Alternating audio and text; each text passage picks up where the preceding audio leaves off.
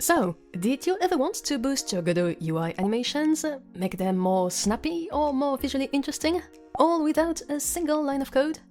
Then here are 3 little UI anim tricks I've personally used in my games. For example, in my latest project, I've got this victory panel that is shown at the end of a run when you manage to beat the boss. As you can see, it appears with quite a complex series of effects and transforms, but this is actually done entirely thanks to a single animation play node and a single animation that just animates a bunch of properties on a bunch of elements in the scene. So let me tell you about 3 things I've done in this animation to make it smoother and more appealing to the player's eye. Okay, first off, easings. This is a concept I've talked about several times on my channel, both in Godot to customize the movement of your objects or to better design your gameplay thanks to curves, and also in Blender, because this is really a base concept that exists in various pieces of software. In short, easing is about transforming a linear evolution into something a bit more advanced and interesting.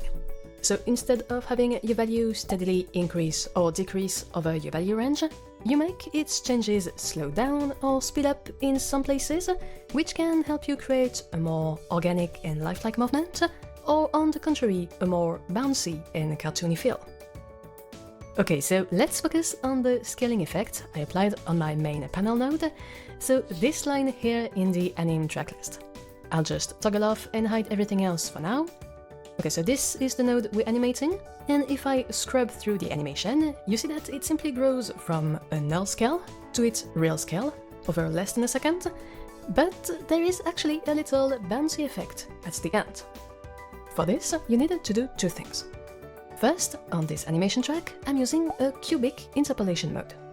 You can change it over here, and if I switch back to the default linear mode and replay the anim, you see that now the bounciness has disappeared. So the panel still scales up, but the cool easing isn't there anymore, and the movement looks a lot more rigid. That's why using a cubic interpolation is a good first step in making your scale, position, or rotation effects more visually interesting. However, the second thing you need to do for it to work here is to properly set up your keyframes. Let's take a closer look. If we select our first keyframe and look at the inspector, we see that we indeed start from a scale of 0. So at this point in our anim, the panel is completely shrunk down, and we don't see it. Then it scales up to a scale of 1. But the real trick is this extra key afterwards. This is what causes the slight bounce. If I select it, you see that it has the exact same value of a scale of 1 as the previous keyframe. This is also indicated by the line between the 2 keys in the animation track that tells us the value stays the same between those 2 keyframes. This might not look very intuitive, but combined with the cubic easing we set up earlier, this will create a back easing animation or a bouncy effect. Alright, now on to the quick second tip. If you look at the property I'm animating on my panel node, you'll notice that it's not actually its scale, but its offset transform scale. If you're not familiar with this, it's a new thing that appeared in the latest version of Godot at the time of making this video, so Godot 4.7, and that really changes the game when it comes to animating UI. Basically, thanks to this new offset transform section that you can enable on any UI node, it's possible to change the position, scale and rotation of a node, even if it's the direct child of a container. Like here my panel, which is just under a center container node.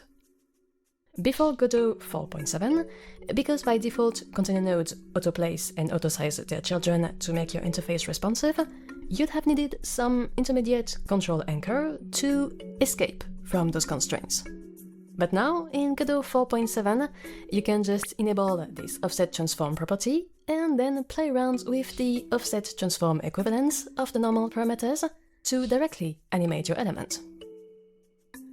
Okay, so that's really cool, but now let's keep going with tip number 3, which is kind of a generic thing about animation, and that's to make sure not everything happens at once.